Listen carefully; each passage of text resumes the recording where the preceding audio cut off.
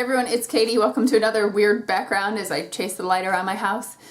So I'm going to talk about our no spending month because we didn't win the Powerball, $1 billion or whatever, and why and when and how we're doing it and all that kind of stuff. So this is not an original idea. There's a lot of stuff out there on the internet about other people who have done no spending challenges for a month long. We've decided to do ours February of this year because it's the shortest month. Not only that, but it helps. January we had traveled for the holidays and then we had an out-of-town guest as well, so it just didn't feel like a good time. Like I just couldn't get on top of kind of the things that I wanted to, the mind frame we needed to be in, I guess. So February it is. So no spending months are just when it's just like it sounds, like you only buy essentials, so you know, no extras. And for us that's going to be our rent, our utilities, our gas for our car. I know you can do without a car, but we can't at this point. We only have one, so that helps. But you know, just our basics. We're paying our, you know, insurance, and we're also including groceries. I know some people don't include groceries. They will spend a whole month just eating out of their pantry or their chest freezer or whatever. We don't have that. We don't stockpile food that way. We just don't have those kind of like reserves. If you do, more power to you, but we just don't. So we are gonna, you know, buy our sort of regular groceries. Although we are going to pay like close attention to keep it under $100, which is our budget. You know, sometimes I go over by a few dollars and I make up for other weeks, but I'm going to really focus on keeping it as low as possible, not having any fun stuff really. If we want any kind of treats, we can make them. And that's it. Like no other spending for clothes or eating out or buying gifts for people or whatever. Spending any money on hobbies and things like that. I feel like there are maybe 3 reasons somebody would want to do a no spending month. One would be that you just aren't conscious of what you're spending money on. You don't know where your money is going. 2 might be that your spending is just kind of out of control, like you're just doing a lot of impulse buying or something. And 3 might be just that you just want to save up a bunch of money for a specific goal. For our situation right now, we do track all of our expenses on like a budget sheet. Actually, we got out of the habit of doing it a little bit in our move, but we're back to it now.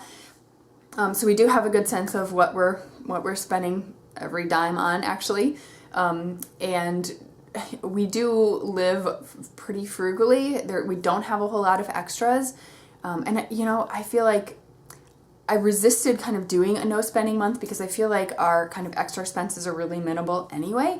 We just have never had a very extravagant lifestyle. We've never really, I mean, before kids, we worked on paying off debt and stuff. We were still living like pretty frugally, and we've always just kind of been like budget conscious that way. Like I don't know how else to do it. But that said, everybody does have like those little things. We will spend money on hobbies, or we will eat out you know, once or twice a month, something like that, or just little things that come up. So then the third possibility must apply to us, and it does. We want to save for a new financial goal that we have, well, semi-new.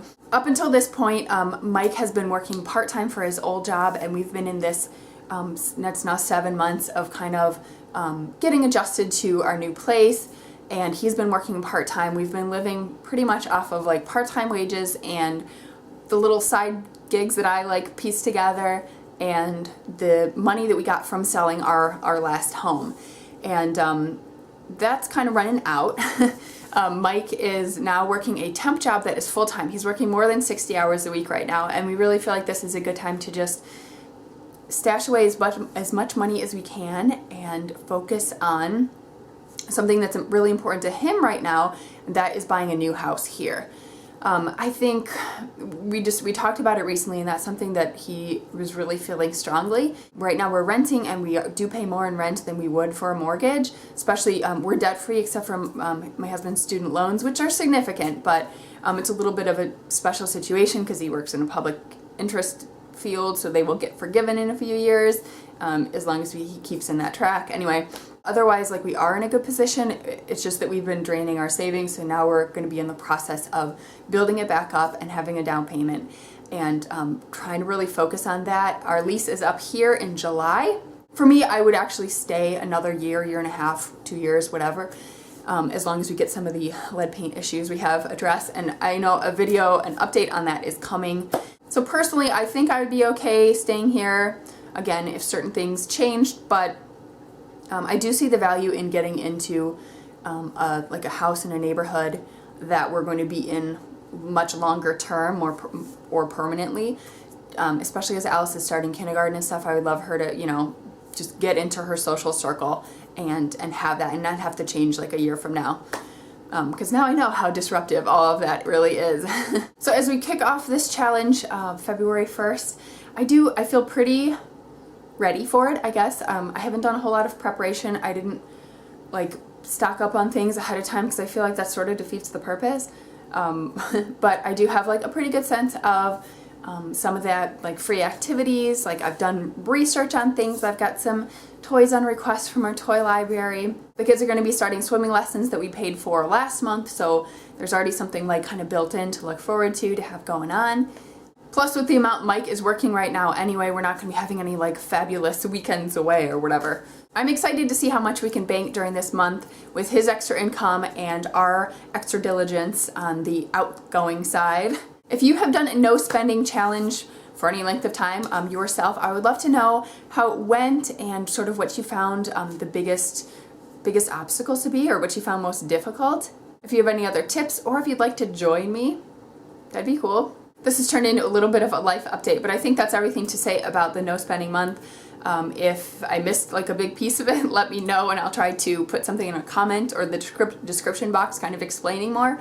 And let me know if you want to hear like an update of how this month went. I'll also link below to the playlist I have of the various videos I've done over the years about like our budgeting or just like our low budget type lifestyle tips and things like that. It's not too much personal detail, but that may fill in some questions people may have too. So that'll be below. Thanks for watching and wish us luck.